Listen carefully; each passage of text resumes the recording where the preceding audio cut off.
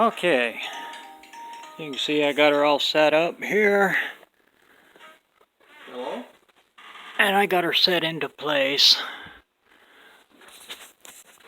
Oh, there we go. Yes, it is. What I've done is I've welded and cut these angle irons in here.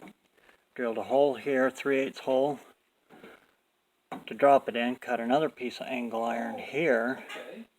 And then I had this, what is this, 1.5 inch heavy wall stuff. Slid across, got the exact same thing on this side.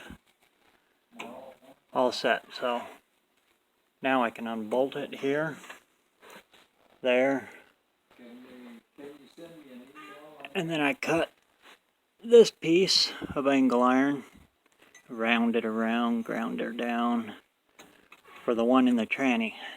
That'll set it. So if I ever have to pull the transmission, I can just undo that bolt, that bolt, that bolt, pull the cross member out, lift it up of course, but you can kind of see what's going on there. So this will come out, and then the whole thing can either come out to the front, or I can take just the transmission out. That's where we're at right now. I remember saying before, I was trying to get everything, move that light, there.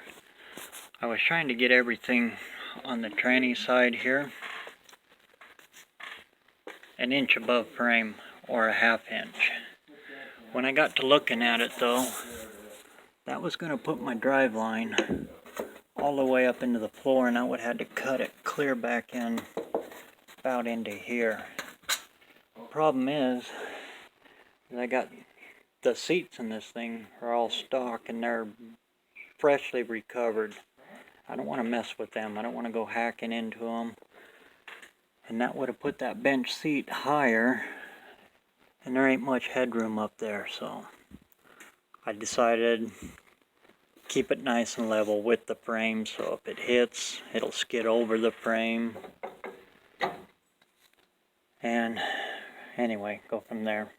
This drops down a little bit lower, but I brought my running board mount here, supports. They hang down the exact same, so that'll all be the same. Well, that's where I'm at. We'll get this welded in and set.